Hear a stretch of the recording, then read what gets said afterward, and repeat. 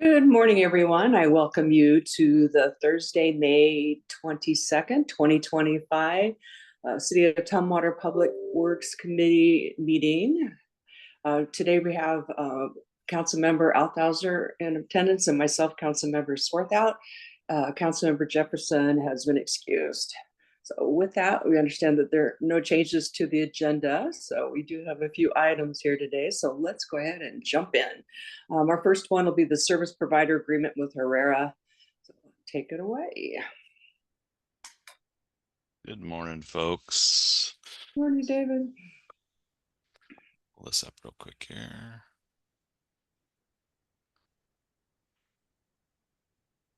Okay. Turn on presentation mode here.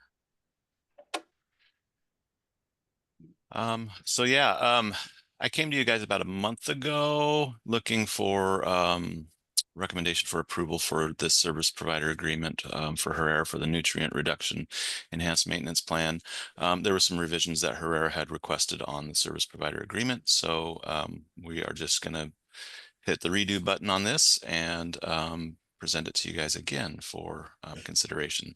So the recommended action we have here is to place the service provider agreement with Herrera for the nutrient reduction enhanced maintenance plan, the revised version, on the June 3rd, 2025 council consent calendar with a recommendation to approve and authorize the mayor to sign.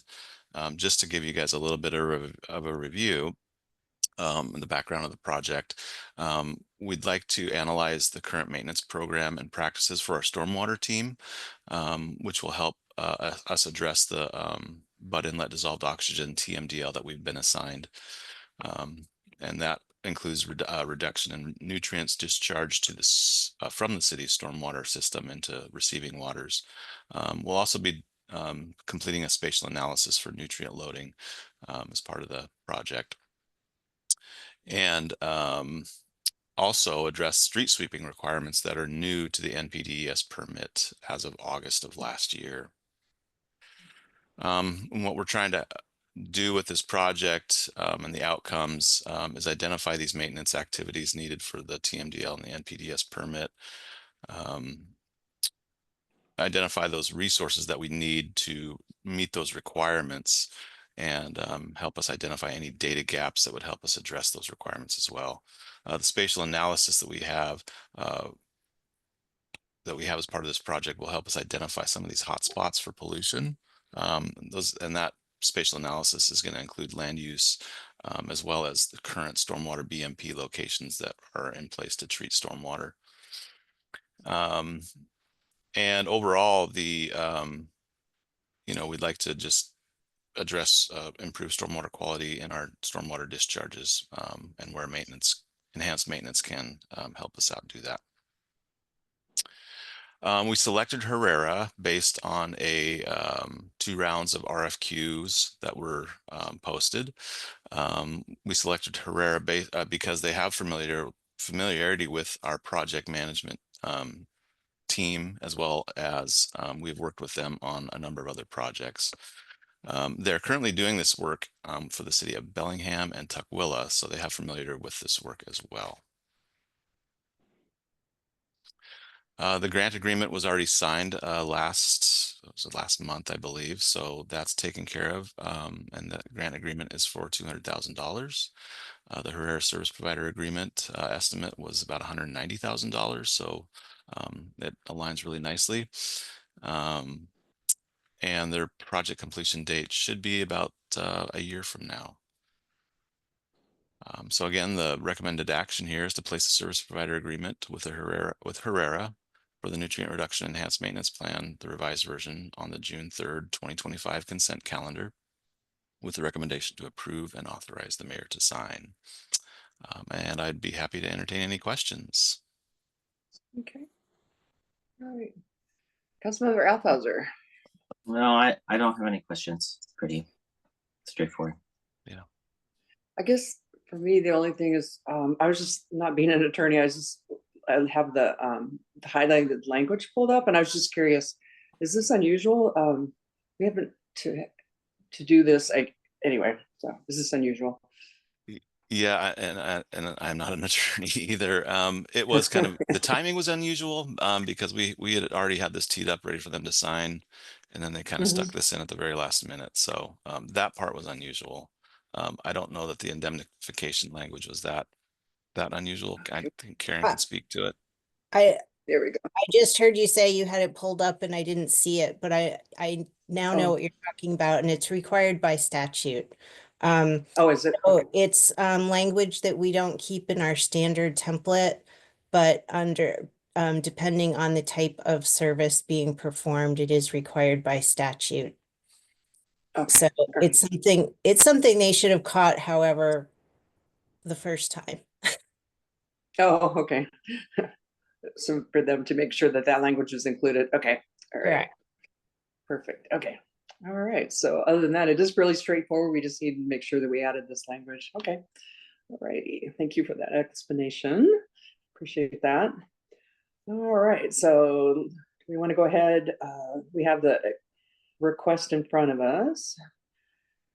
The planned action to place the service provider agreement with ARERA for the nutrient reduction enhanced maintenance plan on the consent calendar, June 3rd, 2025, council consent calendar with the recommendation to approve and authorize the mayor to sign. So moved. Okay, I'll second. Okay, all those in favor say aye. Aye. Aye. All right. Okay, Great. let's Thank you so much. moving on to our next one. And let's see, we have the grant agreement with the Department of Ecology for the Pioneer Park Restoration Project. And Grant, good morning, Grant. How are you? Let's get this teed up here for you. See here.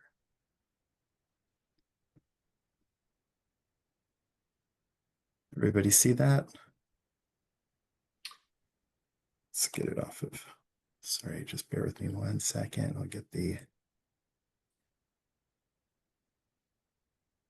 Everybody seeing the presentation? Yes. Okay, great. Yeah, so thank you. So today we are back talking about Pioneer Park, the Riparian Restoration Project. We actually have two recommended actions today with respect to this project. The first is going to be to approve the Ecology Water Quality Financial Assistance Agreement. And then the second is the Amendment 3 for Stantec to proceed with Phase 2 design of the project. And so let's start with the grant. So I think a lot of you are familiar with this project, but basically this project is a stream bank stabilization and buffer restoration project. So the Deschutes River watershed consists of 143 streams totaling 256 linear miles. This section of the river has a TMDL requirement on it, which was identified in 2015 and updated in 2018. And basically the project location is at Pioneer Park, and it's specifically identified in the TMDL as needing to reduce fine sediment loading by 46% and increase shading cover by over 50%. So just to reiterate, that is the intent of the project. So basically, this particular grant award is for $500,000. This will help us complete Phase 2 design, permitting, and construction of the project. The project is funded by the Stormwater Utility via the Capital Facility Plan, Project SD03, Deschutes Habitat Restoration Projects. There's 2 phases and 2 grants. The previous grant for Phase 1 was in the amount of $338,000, with the city matching 25% out of the Storm Utility Fund, with a totaling of $450,781.50. This Phase 2 will add an additional $500,000 with no match required, totaling the total project funding amounts to $950,781.50.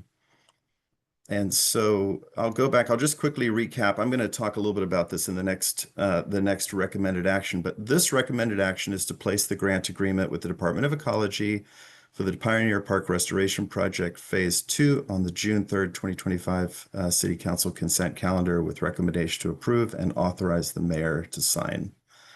So let me go back. I'm sorry. I guess we could revisit both of these here. Do we want to make the recommended action now, or do you want to hear Phase 2 Stantec, Phase 2 Amendment 3 from Stantec? Because it is related to this funding. I think we were talking about trying to look at both of them, Yeah, do a okay. presentation, yeah, on both. Okay. All right, so let's move on. So basically the project right now is in Phase 1. So right now we're at 90% design. And with the approval of Amendment 3, which is what we're addressing now, the following project tasks can move forward. So we'll complete Phase 1 engineered design, which will move it into final PS&E, plan specification and estimates. That will allow us to go ahead and submit Phase 1 design documents for permit approval.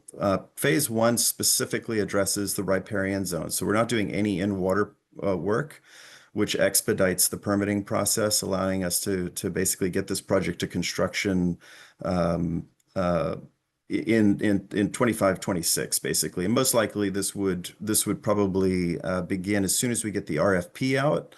Which is the goal would be September, October of 2025 to select a contractor to begin the groundwork. This would also cover Phase 2 design, engineering, and permitting aimed at construction in 2027-28.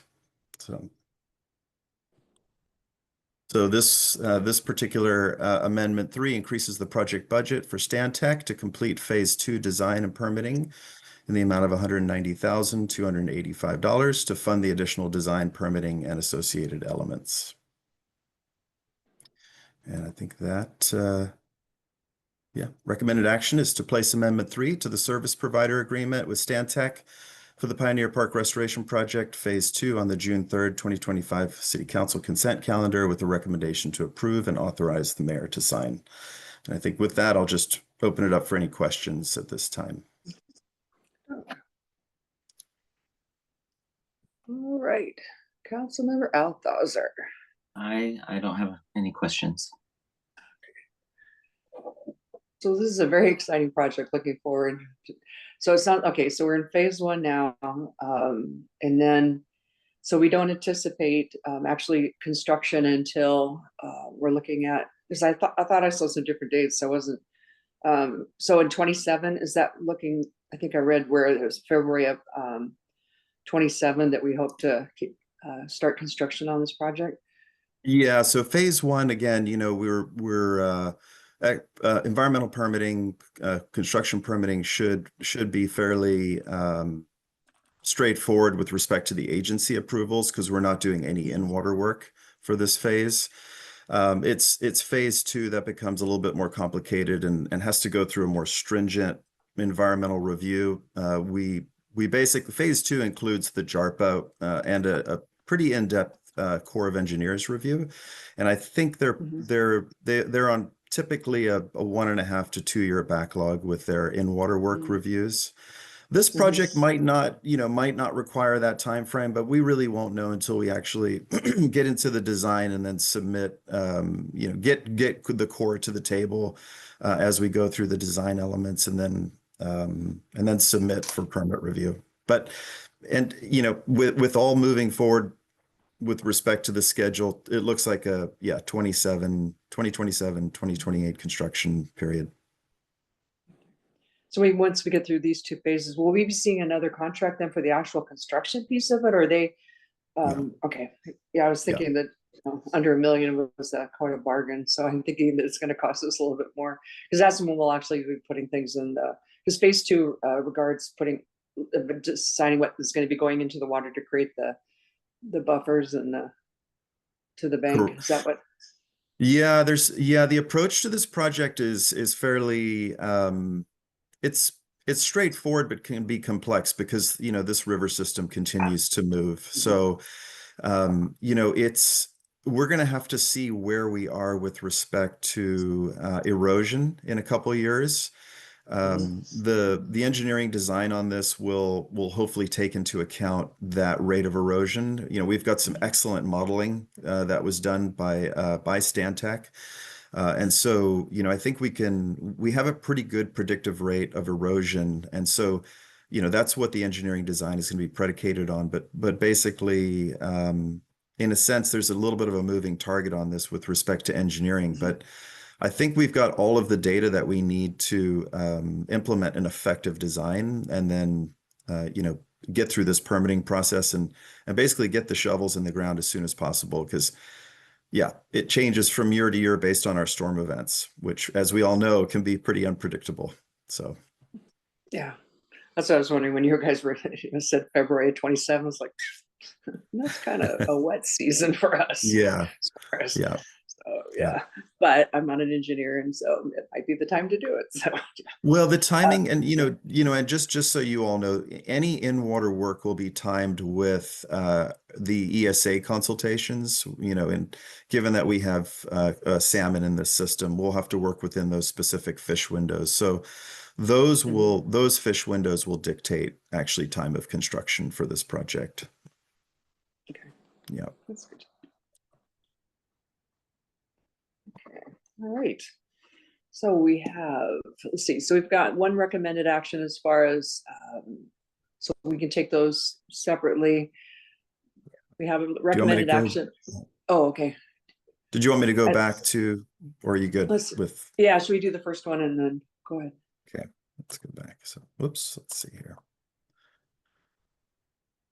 Yep, there we go. So the first one is for the grant agreement. So again, recommended action is to place the grant agreement with the Department of Ecology for the Pioneer Park Restoration Project, Phase 2, on the June 3rd. Let me see if I read that correctly because my screen is being blocked here. Yep, Phase 2 on the June 3rd, 2025 City Council consent calendar with a recommendation to approve and authorize the mayor to sign. So moved. I'll second. All those in favor say aye. Aye. Aye. All right. Okay, and let's go ahead and we'll look at the other one. Amendment for Amendment 3. Go ahead. Yep, place the Amendment 3 to service provider agreement with Stantec for the Pioneer Park Restoration Project Phase 2 on June 3rd, 2025. City Council consent calendar with a recommendation to approve and authorize the mayor to sign. I will make a motion as presented. I'll second. All those in favor say aye. Aye. Aye. All right. Great. Thank you, Thank you. Grant. I appreciate that one. So My pleasure. Thank you. that'll be fun once. All these things are going to happen someday. So, okay. And sorry, I'm trying to get my agenda back up again. Come on. There we go. All right. We have on our next one item on number 6, we have the Yorkshire. We have, is that the one we're on? No, yeah, we're on the Yorkshire right-of-way vacation discussion. So we have the transportation department. Good morning, everybody. This is Jared Cruz, the Transportation Engineering Department. Thank you very much for having me. I will go ahead and share my screen real quick and get this presentation up. Okay.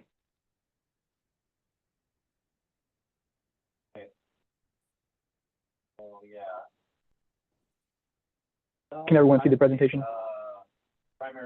Not yet. Okay, give me just a moment here. So I did the review on the civil plans and then vector 3 construction. So I would be handling the final. How about now? There we go. I know everything's on Okay, track. thank you very much. Okay, I'm not going to have a recommended action for you guys on this one. This is going to be a little bit more of an informal discussion on a possible right-of-way vacation for a private development project. So I will begin. So Yorkshire is currently an approved mixed-use development consisting of apartment units and commercial space as well as storage. The project is located just west of I-5 between Israel Road and Tumwater Boulevard. The project has submitted a petition signed by adjacent property owners in compliance with Tumwater Municipal Code to vacate a portion of unopened right-of-way known as Robinson Road that is directly north of Tumwater Boulevard. Robinson Road is an old fragment piece of right-of-way from the original underlying platting of City of Tumwater and hasn't been developed, nor do we currently have any plans to develop that piece of right-of-way. The right-of-way to be vacated is currently undeveloped and just consists of low vegetation, shrubs, and trees. If it is vacated, the right-of-way would be returned as private property to the adjacent owners to do with as they please within the confines of our permitting and zoning, of course. The city currently has no future or current plans to utilize the right-of-way. And then I have an exhibit. So the red dashed area is the current Yorkshire project located between Israel Road and Tumwater Boulevard, west of I-5, and then Little Rock is the western boundary, so to speak. Robinson Road is to the south of the Yorkshire site. It is that narrow, long strip that runs east-west that is in the dashed yellow area. It's about, it's either 30 or 40 feet in width and is kind of at the toe of the slope that makes up that Tumwater Boulevard portion coming from the interchange. And then that piece is nestled in between another wedge shape of private property that bridges between the formal Tumwater Boulevard right-of-way and the Robinson Road unopened right-of-way. So it's, you know, again, not really being utilized anything, not appropriate for probably a city street. We don't have any plans in the Tumwater Comprehensive Plan or any of the sub-area plans to utilize the road. And the petition has been formally and appropriately filed with the necessary exhibits, so to speak, by the applicants. So Transportation Engineering Department wishes to present a petition for vacation of unopened Robinson Road to Public Works Committee and gauge Public Works Committee's general interest in pursuing the vacation. If Public Works Committee were to support the vacation, our next step would be to craft a resolution that would set a public hearing date to be scheduled. If the vacation is not supported, then the right-of-way would remain in city ownership to use at our leisure in the future if we ever did need it to improve. So those are the talking points that I have for you, and I'd like to open it up to Public Works Committee for general conversation and questions now. All right, thank you. All right, Michael, is this the right of way that they were that came before general government the other day? Is this that Brad brought or is planning to bring? No, we just seem to be. I don't think so. Or no, because no, it's an annexation, right? No, is it annex? Yeah, I'm trying to think of what we've been doing. Our meeting was about an annexation. Another one of them. annexation. Okay, sorry. It's different. Okay. I have a question about the hearing in the resolution. So we schedule it for, like, we schedule a resolution, which is what would essentially be the councilmatic action that gives up the right of way. And does that occur on the same day as the hearing? Or do we have a hearing and then we take comment and then we have to schedule a resolution after that? Or are they just the same? It's an interesting process with a street vacation, but you actually have to pass the resolution first to even schedule the hearing. So that's the first step, is just even to schedule the hearing. Then you'll have the hearing. You'll do all of that before you would take any kind of final action. So what does the resolution say? It says we intend to hold a hearing to gather feedback about. It sets the date and time to hear the issue, yes. Okay. And then there's also a public comment period, I believe, as well, attached to that. Okay. And Jared, do you have any, can you talk a little bit further about why we have this right away? Like we were originally envisioning a through road here, and it just doesn't make sense for us to do it when there's a development that's happening. Yeah, of course, I'm happy to speak a little bit additional to that. So as I'm sure as you all well know, in the original platting of Tumwater, Thurston County, and the greater Washington area, everything was built on the block system where you had standard parcels and lots and then right-of-way that was built in between them. And this is just a fragment of that remaining piece from the original underlying platting of the area. I don't know that there were ever any intentions to utilize it.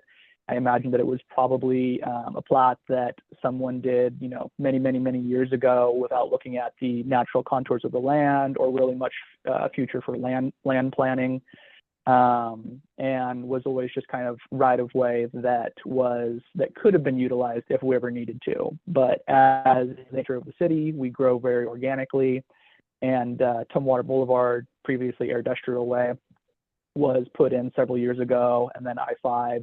And so the need for Rosin Road and the right-of-way there became superfluous probably, and there was never a need to open it. Okay. And most of this is already cleared, right? I was driving by the other, I mean, you can kind of see back there, a lot of this is already cleared for the project. The portion to the north that is in red is largely cleared, yes. I believe that there probably is limited vegetation still on this small strip of what is right of way because it's officially outside of the legal bounds of the property, and obviously they shouldn't be clearing on property they don't own, but it is largely cleared. Yes. Yeah. Okay. Thanks. All right, so this is I'm just trying to get my bearings here. So this is the part that's already been cleared as far as where the apartment project is going in. I thought we were, how does this affect the plans to punch the road through? Is this where Tyee Drive will go through to? I thought there was a plan eventually to connect the Tyee Drive to Tumwater Boulevard. You are correct. There is a plan to eventually connect Tyee Drive to Tumwater Boulevard. The current plan has Tyee Drive coming south of the Israel Tyee Drive roundabout and then sweeping rather dramatically to the southwest and coming in at Tumwater Boulevard just west of where this current right-of-way connects into Tumwater Boulevard at. So that connection will be maintained. It is not necessarily impacted positively or negatively by this right-of-way vacation. And so what happens with the additional private property adjacent to Robinson Road and Tumwater Boulevard? That's another one that's called out, that triangle piece. I'm sorry, you probably already spoke to that, but what happens with that one? No, Is you're that fine. also part of it? So that is private property, not owned city right of way. I believe that I cannot remember correctly the ownership, but essentially Robinson Road, half of the portion of Robinson Road would be dedicated back as private property to the developer and the owner of the Yorkshire project to the north. And then the other half, as is kind of spelled out in our ordinances and bylaws, is that the other half would be dedicated back as private property to that owner to the south. And then it would become a part of their legal parcel essentially. And, they would have the ability to sell it if they wanted. They'd potentially have the ability to develop if they ever found something that fit within the zoning and the setbacks and whatnot.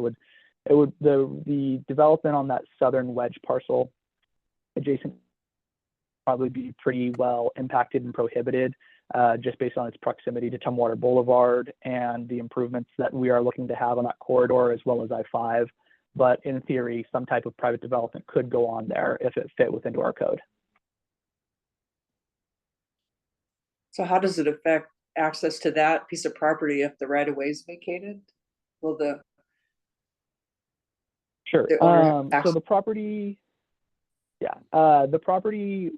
in theory would have frontage on Tumwater Boulevard and could derive access there. It would probably be heavily restricted if it ever did develop to ensure that it was adequately spaced between the future intersection of Tyee Drive and Tumwater Boulevard, as well as properly set back from the WashDOT I-5 interchange as well. But if it did remain private property and wasn't absorbed into something else, they could, in theory, derive access from Tumwater Boulevard. So that triangle is not part of the Yorkshire project, it looks like, Correct. as far as Not the currently. lines go here. But it seems like if we punch the road through that, well, we need that little triangle or some portion of that. The road will go through that triangle, that piece. I do have, I can pull up the current approved preliminary binding site plan for the Yorkshire project that shows that Tyee Drive extension sweeping more to the west and avoiding this. That is something that I could pull up in an exhibit if you would like to see it. just curious, yeah. Yeah, of course. Give me a moment to stop sharing screen. All right.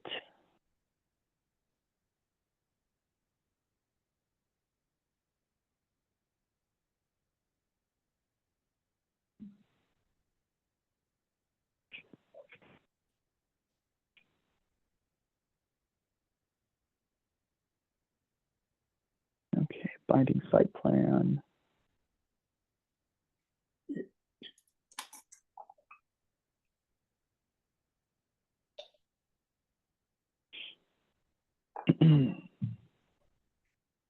Okay, I'm going to share my screen one more time.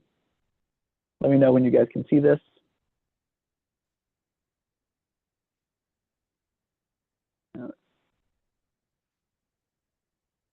Okay.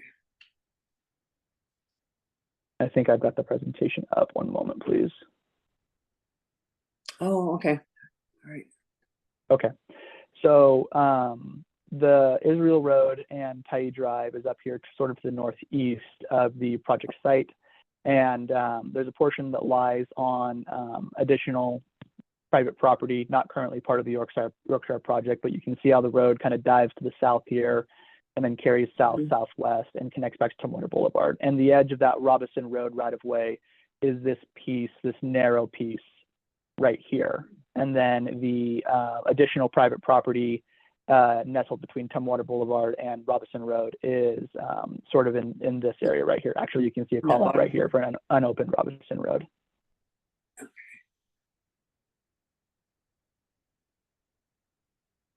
Interesting. Okay, because it still looks like it may affect that, but I could be wrong. So potentially, there may be an opportunity for us to get additional right of way through dedication if any of the improvements to Tumwater Boulevard are outside of the prescribed right of way that we've currently identified. Okay. So if we approve a right of way now, then it's one less thing that we have to worry about as far as getting the approval if and when the road gets punched through. Is that accurate, or? I don't think that the two are necessarily intrinsically tied to each other. I think that the construction of Tyee Drive, as we in the future, can happen as we've currently proposed and worked out with the Yorkshire development. That seems rather assured, I would say, based on the preliminary approved binding site plan. The right-of-way vacation, I think, really in this instance behooves the private property owners and essentially takes a piece of unopened city right-of-way that we currently have plans for and returns it back to those private property owners. Oh, okay. Interesting. Okay.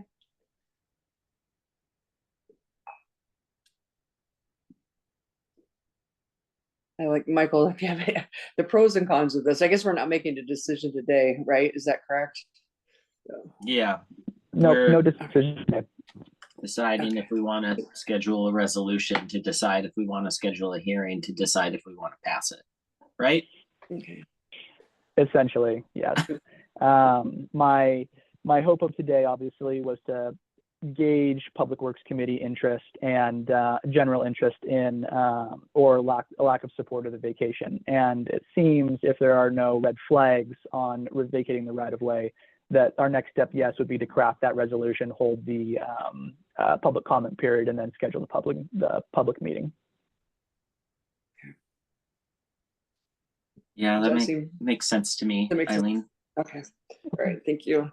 Because I just have remembered now that we've only, in my experience on Public Works, that we did one right away that was on the other side of the freeway. That's when I was first on the committee, and then the one on Tumwater Hill that we did.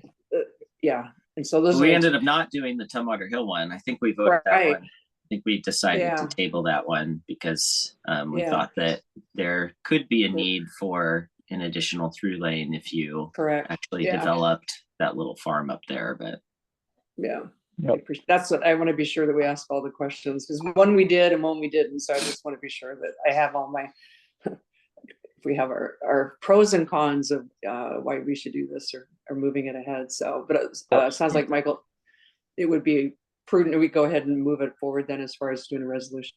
Okay. Makes sense to me. Yeah. Okay. All right. Thank you guys very much for your time today. Do we need, You bet. Jared, do we need to Oh, do sorry. a Do we need to motion say or? anything? Karen, yeah. I might have Karen comment on that one, but I don't think so. No, it's listed as no action, so you don't need to take any. Staff will bring back a resolution. Okay, and the only other question I have is like, how much time does this take? Because you guys have a very, and who will be responsible for this? Because you guys have a lot on your plate, and so I try to be aware. I'd like to be aware of who it affects. No, of course. I will say it will probably take a few hours every single week over the next several weeks to month or two. Brandon Hicks and I are coordinating on this together. I am doing the most of the lift between the private developers and getting the attached exhibits and trying to draft documents for your consideration. Okay.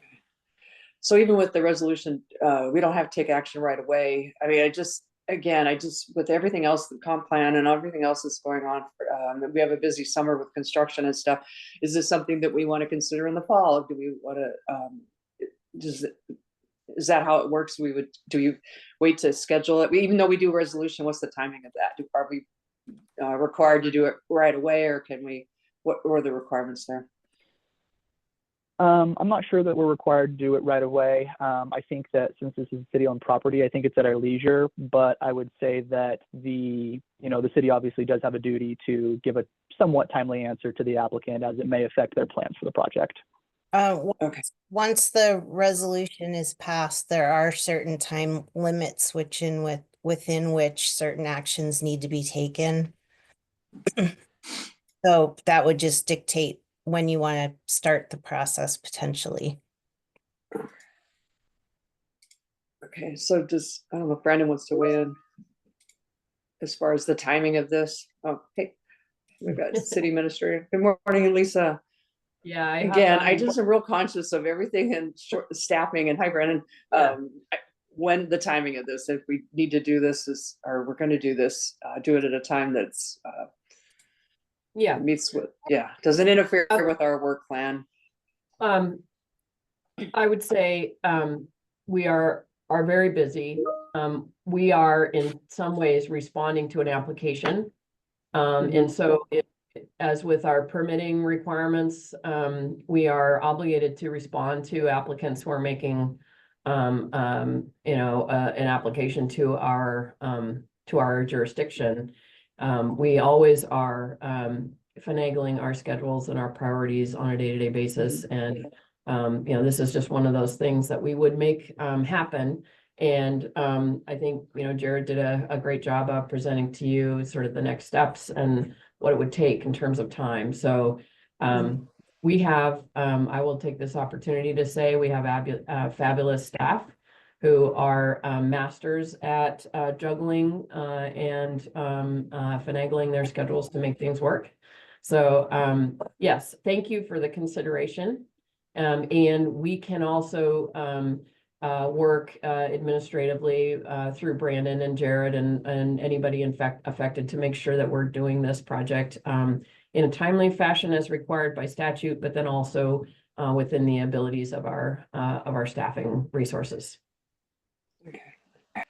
Thank you. I feel more comfortable with that. I just, we've just been like with the annexation requests, the different things that have popped up that just, I know it's our city business and this is what you do, but still I don't want to throw any more on your plate, especially with the summer coming up. And so I appreciate that. So if it doesn't interfere horribly, and again too, is this something that has to be addressed right now? Can we put it off until fall or something, that we don't do the resolution until then? Again, what are our options here? It's not like a 911 thing, correct? That we have to have this done right away because they asked. Okay. No, I don't think Michael, that it's Andre, something that has to happen immediately. I think that if we do continue forward with establishing the resolution and the public hearing date, that's when the timeline and the response and then the actions thereafter, that's when the momentum starts to carry and we become set sort of in our timeline and our process. Okay. So Michael, I'm just kind of feeling hesitant about pushing it forward right now. Is this something that we could look at again in the fall then and bring it back then, so when we have a little bit more time? Or I'm assuming the fall is better, so. We'll be approving comp plans in the fall. Yeah, I was gonna say, I thought that the timing now is not too bad because in the fall we'll have the comp plan and we usually also have to do a supplemental budget in the fall to make budget amendments. Like, I don't know, that I thought the timing now seems fine, but. Okay. Okay. Well, as long as we've got our engineers and Brandon, you agree that this is, well, that you have the time to take this on. And Jared, since it sounds like you're going to be the one that's going to be the lead on this. We got Brandon. Brandon, yes, Brandon. Add some wisdom here.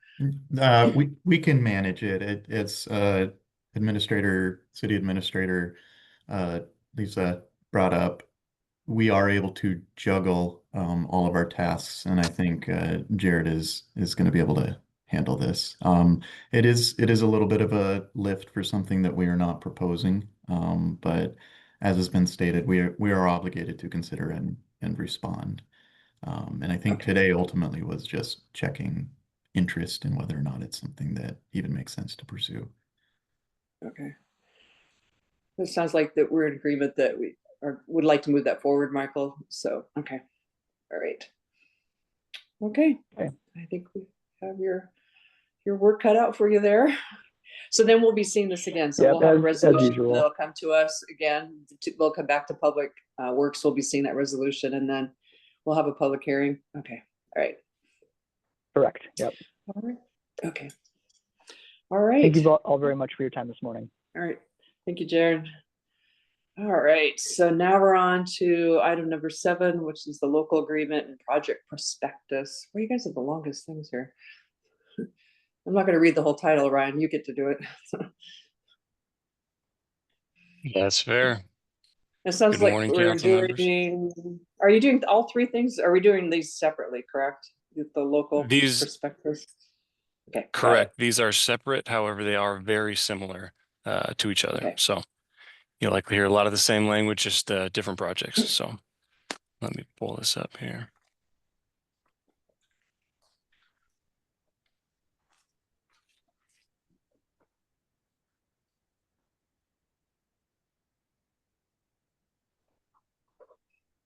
Okay, can you see my screen? Not yet. So yeah. There we go. No, again. Apparently I can't be trusted to operate Zoom. Apologies. All right, how about now? Looks like it's going to start. There we go. Okay. All right, so good morning. Here to present, as mentioned, several projects with similar funding documentation. This is for the 2nd Avenue Bicycle and Pedestrian Improvements Project for the construction phase funding documents. So a little bit of background on this project. As you can see from the map, that red area is where it is. Generally speaking, that is between Linwood Avenue and B Street. This project is a Safe Routes to School project. It is a non-circular roundabout, kind of a double mini roundabout at Linwood Avenue and 2nd Avenue, that intersection there. And between there and B Street, we have additional roadway improvements, pedestrian improvements, and bicycle improvements. So this is expected to advertise for construction, expected to get a contractor on board, hopefully at the end of the summer, beginning of fall, and construction possibly late this year or spring of next year.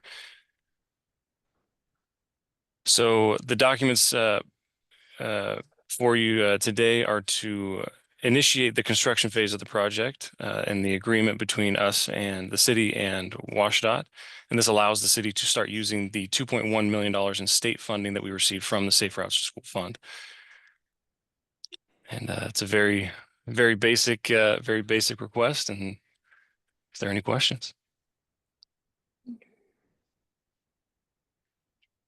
All right, Michael. Nope, no questions for me. Okay. All right. It's interesting because I was at an event this weekend and someone was asking me about the status of that intersection. It's not a roundabout. I'm going to call it a roundabout, even though it's not really a roundabout, but that will address the current four-way stop there at Linwood and B Street is out, or no, 2nd Avenue. So that's the intersection because everybody's applauding that. So looking forward to having that. So that's where we are right now as far as approving to be able to start construction then. Correct. The phase changed into the construction phase and allows us to start moving forward with that phase. Yep. Okay, all right. Well, sounds great. So we have a recommended action in front of us. Then should we go ahead and take this one? To place the local agency agreement and project prospectus with the Washington State Department of Transportation for the 2nd Avenue bicycle and pedestrian improvements on the June 3rd, 2025 city consent calendar, with a recommendation to approve and authorize the mayor to sign the prospectus and the transportation engineering director to sign the local agency agreement. I will make the motion as presented. Thank you. And I'll second. All those in favor say aye. Aye. Aye. All right, super. That'll be great. We'll look forward to it. Now we're on to this next one, the Somerset Hill Fish Passage Barrier Removal. This is yours too, Ryan? This is, yep. Can you see my screen now? Yes. All right, I'm getting better at it. That's good news. So this one is for the Somerset Hill Fish Passage Barrier Removal Project.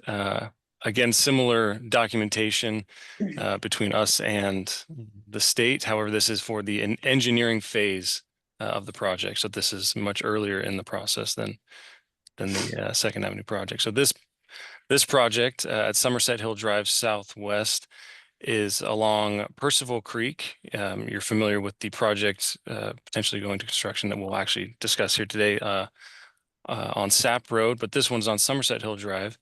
This is a fish barrier correction with the intent to return the stream to a more natural condition and also stabilize the banks from further erosion and protect existing utility infrastructure that is adjacent to the stream. We're expecting construction in 2027 or thereabouts, obviously very early in that phase. But these documents move us into the preliminary engineering phase and allow us to start using $600,000 in federal funding. We have $4 million total in federal funding from the Protect Fund, and $3.4 million of that has been secured for that construction once the engineering phase is completed. And that summarizes the request today. Are there any questions on this project? Michael. Nope. Yeah, we have seen this project. Someday I won't have to say fish passage removal, barrier removal anymore. Someday.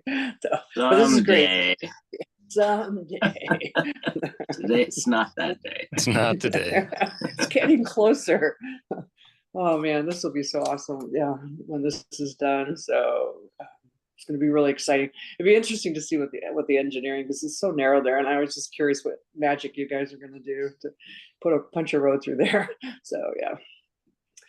All right, so we do have a recommended action before us to place the local agency agreement and project prospectus with the Washington State Department of Transportation for the Somerset Hill Fish Passage Barrier Removal on the June 3rd, 2025 City Council consent calendar, with a recommendation to approve and authorize the mayor to sign the prospectus and the transportation and engineering director to sign the local agency agreement. I will make the motion. Okay, I'll second. All those in favor say aye. Aye. Aye. All right. And now we're one more here for this project. All right. Hopefully you can see my screen now. As mentioned, so this is for the Percival Creek Fish Passage Barrier Removal Project. This is the project along Sap Road. So this is also moving the project into the construction phase. So this is, as you're aware, a fish passage culvert installation. It's a barrier correction, returning that stream to a more natural condition. and with roadway improvements at the location.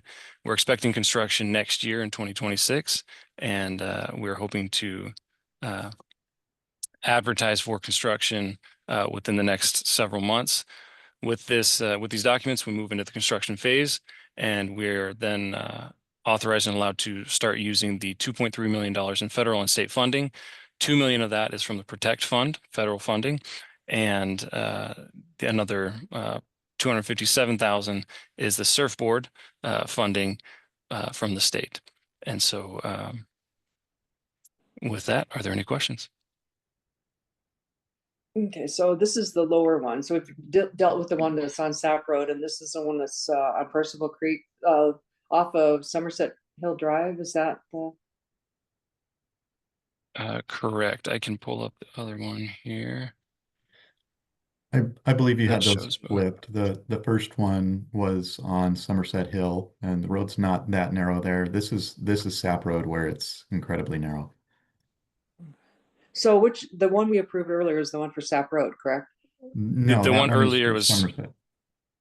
correct. I Oh, just pulled excuse up the me. previous. I just pulled up the previous one because this image shows both of them, both of those locations. So the Somerset Hill is up here, just south of Oh, okay. SPSCC, and then the Sap Road one, that is the current item, is down here, but both are along Percival Creek. So Okay, so this again, all right, I said it does show in the recommended action, so I just wanted to be sure that I have the right one up there.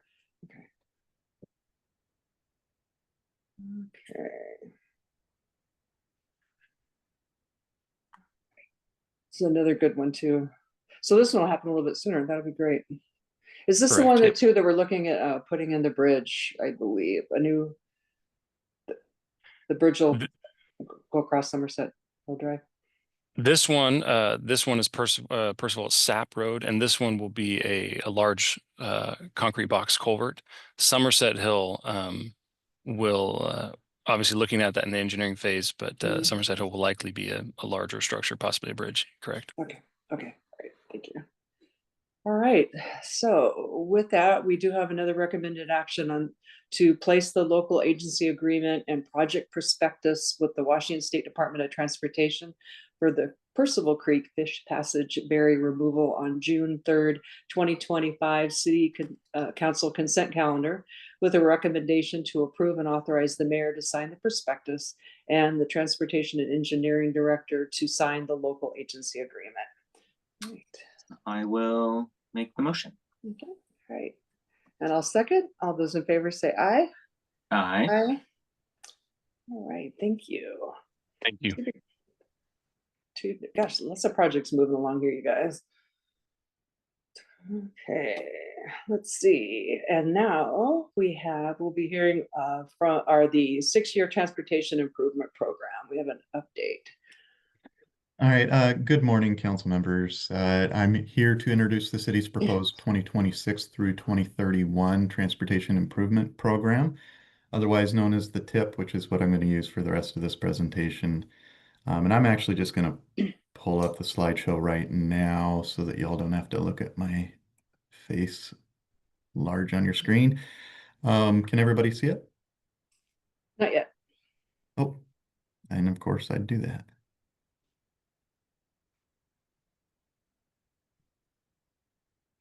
How about now? Yep. Okay. So the goal of the tip is to give you, or the goal today is to give you a good overview of the projects that have been deleted from or added to the tip, and then to go over any questions that you might have before we hold a public hearing, which is currently slated for the June 3rd full city council meeting. The agenda for this particular meeting was jam-packed. I did not expect it to go this fast, so I've made this presentation the most brief tip presentation I've ever done, and I'm going to stick with that, and y'all can drive the time based on your questions. Okay, so going into the requirements, first question is, why do we go through the effort of adopting a tip on an annual basis? And the requirement is set by RCW 35.77.010, and we are required to adopt one by June 30th of each year. The program has to include transportation projects that we expect to include with or to begin within the next 6 years. And the emphasis, it shouldn't be all transportation projects. It should be those that are regionally significant or those that we anticipate getting federal funds or in some cases state funds as well. And generally what we're trying to do is we're demonstrating that we have advanced plans for a coordinated transportation system. And then we use the TIP to communicate with members of our community, our neighboring communities, the state, and also grant agencies or administrators of which we intend to pursue funding. And then our TIP is incorporated into a regional TIP that TRPC handles with the other local agencies. And those projects that are regionally significant or have federal or state funding end up getting put into the state's transportation improvement program if we intend to pursue action within the next 4 years. So just briefly looking at the projects that are included in the proposed 2026 to 2031 TIP. Got a map on the screen. The same map was included in the packet. The projects are separated into general project types. We use 3 here at Tumwater. There's no requirement for having these subsets. So the red projects that you see are our capacity projects. The blue is used for preservation, maintenance, and enhancement projects. And then green is used for multimodal projects. I will say that I didn't do a very good job thoroughly reviewing this map before this meeting. There is a lot more multimodal projects than what is demonstrated there, and I'll make sure that it's corrected before the next meeting on the subject. But you'll see the multimodal projects in one of the next couple of slideshows, and they are broken down in the agenda packet. Okay, so going into the capacity projects that are shown on the screen. I'll just try to touch on the ones that have changed, and if need be, we can come back and talk about any of these that you want to discuss, and I'll go into more detail at the council meeting. So what I've done is I've bolded the projects that are new. In reality, so there's 4 projects there that are bolded. Only the one that's highlighted in yellow is truly a new project. The other ones were pulled out from larger corridor or larger single projects to represent the phases that we will be pursuing. So the Tumwater Boulevard and Henderson Boulevard roundabout, this is really just about starting the initial planning and design. I don't anticipate that we would start construction within the next 6 years unless we can secure a pretty large grant. But if you drive that route, you're aware that it can be pretty backed up during PM peak hour. And I've been through there when it's backed up almost all the way to Bonnywood. On this slide, we have the preservation, enhancement, and maintenance projects. There are no new projects within this group this year. A lot of these, most of the projects that are typically going to be undertaken in this category are going to be programmatic under the pavement maintenance program. But we do have a couple there that have carried over from the current TIP. And then I have asterisks next to those that are also categorized as capacity. They are not included in the last slide. We place them in what seems to be the most applicable section. Then the last grouping are the multimodal projects. And as I was saying, you can see that there are more projects than what was represented in the map that was provided to you. The only addition to this group is 93rd Ave, Tiger Lily Street to city limits. And I'm going to see if I can get lucky enough. Is it still on? Okay, it is on the wrong slide. Okay, there we go. So just to give you an idea of what we're talking about with this particular one. Boy, I am struggling to operate Zoom today as well. So Jared or Ryan, you are not alone. Well, I'll just explain it. In the bottom right corner of the yellow line, that is city limits.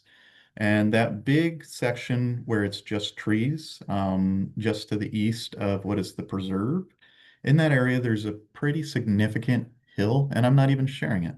We're still seeing the graphic of Second Avenue and Linwood for the Yeah. Yeah, I just realized that. I'm trying to see how many mistakes I can make today.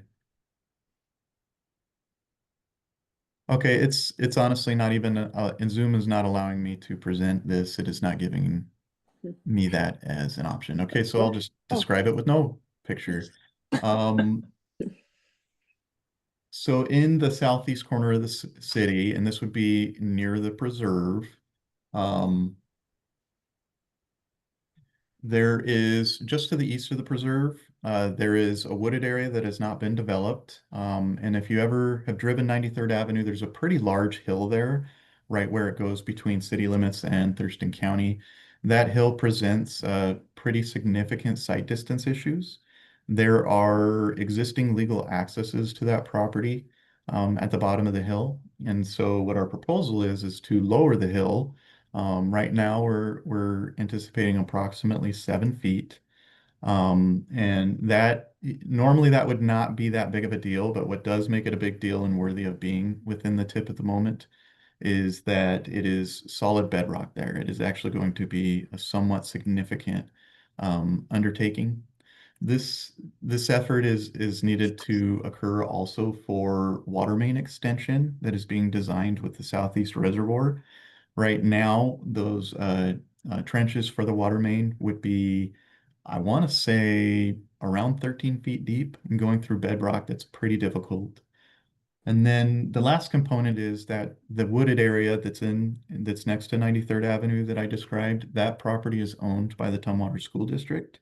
It is one of the properties that they're considering and currently evaluating whether or not it makes sense to add another elementary school. And in order for that to happen, the hill would have to drop as well. So there's an opportunity for partnership in some form.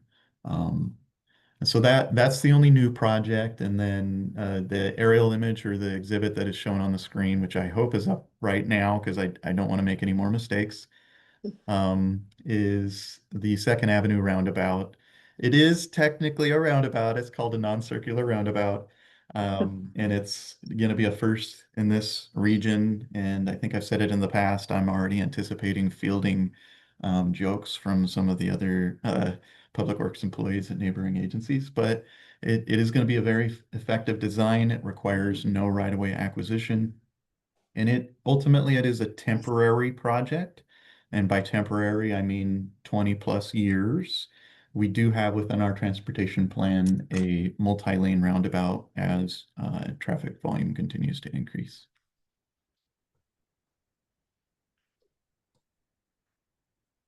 Okay, and here I show the projects that have been removed from the tip. The four separated Deschutes Valley Trail projects, the projects are still in the tip, but what we have done is we've combined them into a single overall trail project, and that's to align with how we are designing it. We are currently designing as a single project. If in the future, if we phase these out into separate construction projects, we will pull them back out in all likelihood in the next tip or two. The Tumwater Boulevard interchange, it's actually the opposite. We are taking a large project and phasing it into two separate ones. Those were included in the capacity grouping. And so we were focusing on the northbound on and off ramp first. And then within the next 6 years, we will also be pursuing the southbound on and off ramp.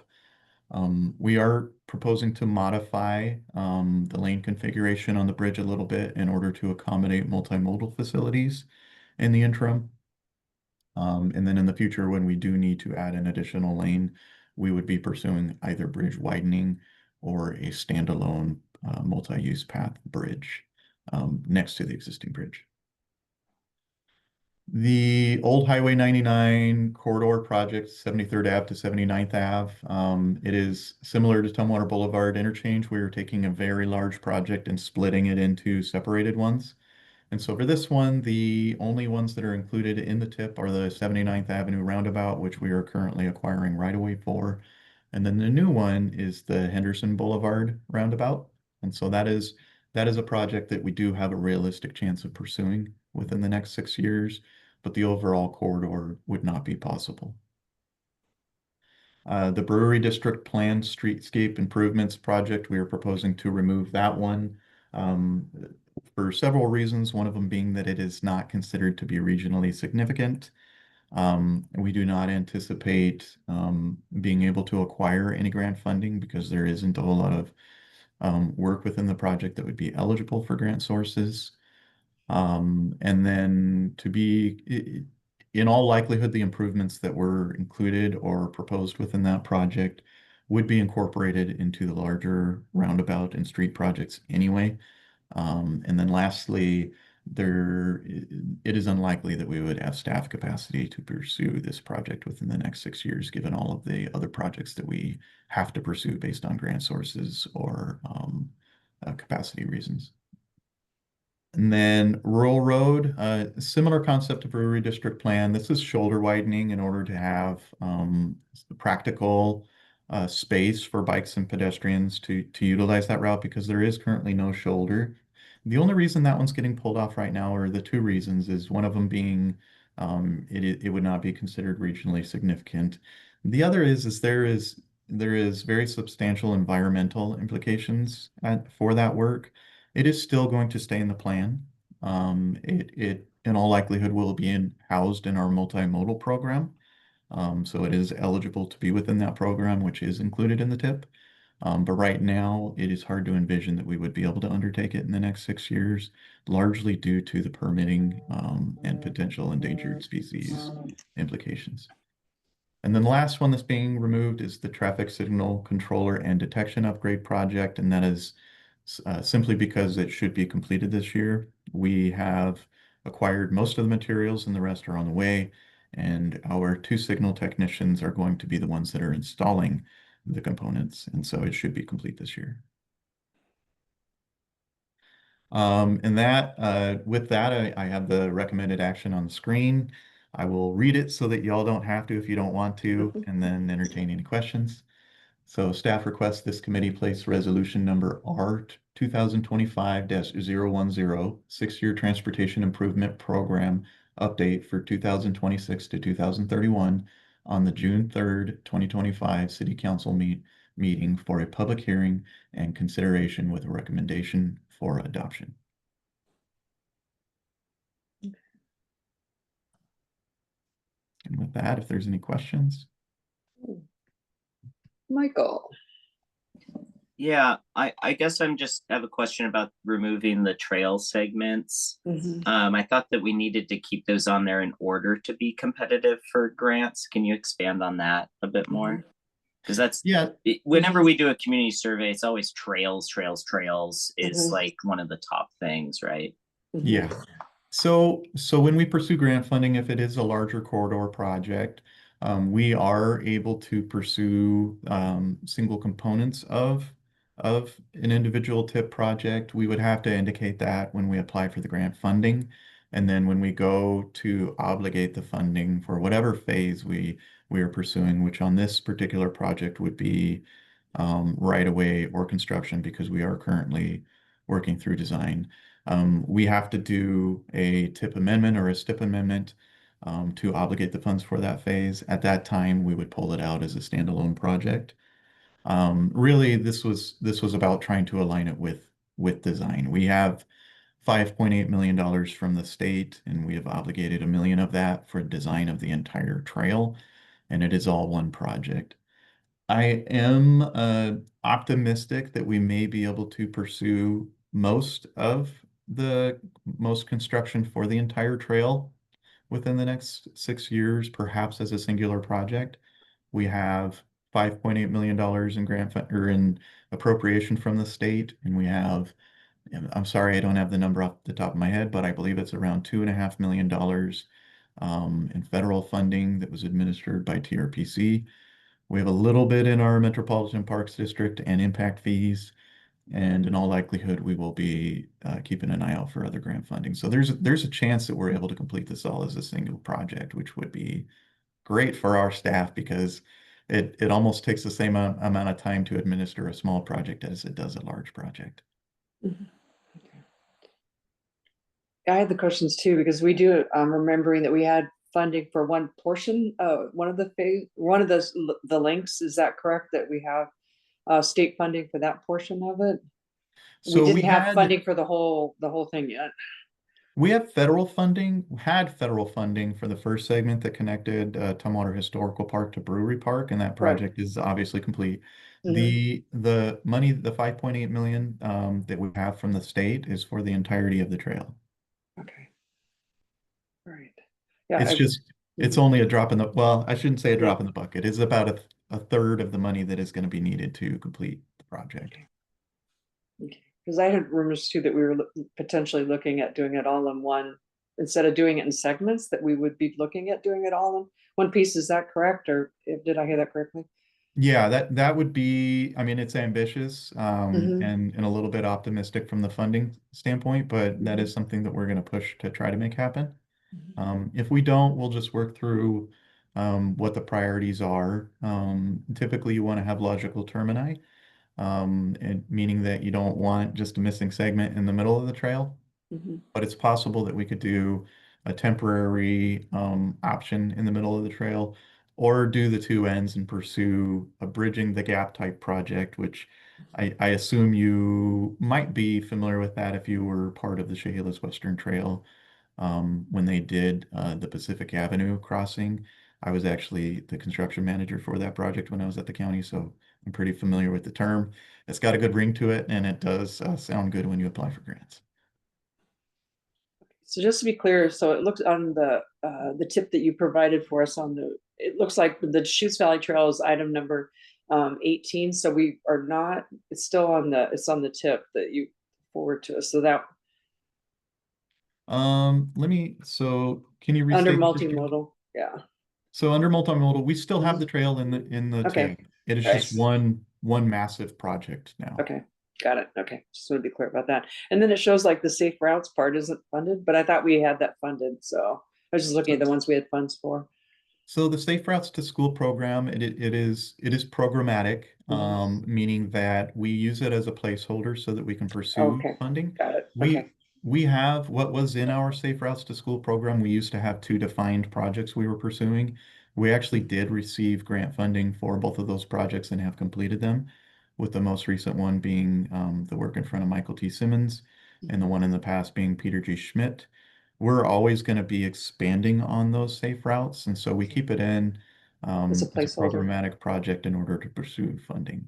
Okay, got it. So I appreciate the entertaining the idea of the roundabout at Henderson and Tumwater Boulevard. I see that now the bridge, was the Henderson, replacing the Henderson Bridge, part of our tip in the past? I'm not seeing that one. So the Henderson Boulevard Bridge is in the tip. It is, I don't remember if I placed it in the multimodal component. Yeah. Um, Trying to see where it is here.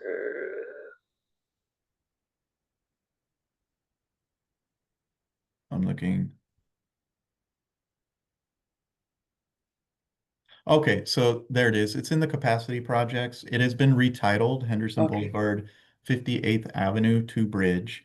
And that's something I okay. probably should have brought up because it is a significant change. Mhm. In the past, we envisioned widening the bridge. Mhm. And currently, I've proposed to, instead of widening the bridge right now because it's structurally sound, to install a standalone shared use path bridge on the park side of the river, Mhm. to perhaps do some lane reconfiguration on Tumwater Boulevard, all the way back to 65th Avenue in order to shift travel all the way to the east side and create almost a shared use path on the west side of the road, because there's a lot of pavement, and it would be good to separate the pedestrian and bikes from the traffic, because there's a lot of traffic there. And then the biggest change is that I've proposed to include a roundabout at the entrance to Pioneer Park. Oh. Typically, you wouldn't put a roundabout at what would be considered a driveway, because that is a driveway. However, high use driveways are considered capacity projects. They're open to funding for it. And I don't know if you've ever been there during when soccer is played. I'm sure you've been there when it's sunny and you see it is packed, Mhm. there's lines, and you, quite frankly, you can't leave. And so this would help mitigate all of that. And the biggest benefit is it would act as traffic calming, because even though most people stick close to the speed limit on that road, there are some who just come flying through because of the hills. Mhm. And so it would help with the overall project intent of providing facilities for bikes and pets. I appreciate that. I know with growth comes lots of traffic. I'm just amazed when have been driving out there recently, just how many, the development that's happening out there in the housing and everything. So it just really increases our traffic.